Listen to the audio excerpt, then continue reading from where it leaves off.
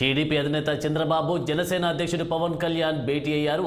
ఆదివారం విజయవాడ ఉండవల్లిలోని చంద్రబాబు నివాసానికి వచ్చిన పవన్ దాదాపు 3 గంటల పాటు సమావేశమయ్యారు. ఏపీ అసెంబ్లీ సమావేశాల్లో సీట్ల సర్దుబాటు అంశంపై ఈ సమావేశంలో వారిద్దరూ చర్చించారు.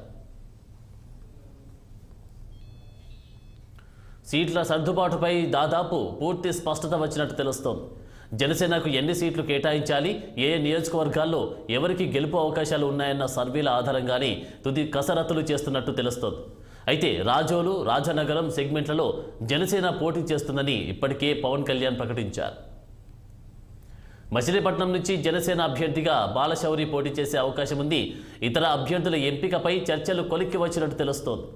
జనసేనకు 25 నుంచి 30 స్థానాలు కేటాయించాలని ఈ సమావేశంలో నిర్ణయం తీసుకున్నట్లు ఇక సమాచారం. అయితే తమ వైపు ఆశావాహులు భారీగా ఉన్నారని, ఇంకొన్ని స్థానాలు కేటాయించాలని చంద్రబాబును పవన్ కోరినట్టు తెలుస్తోంది.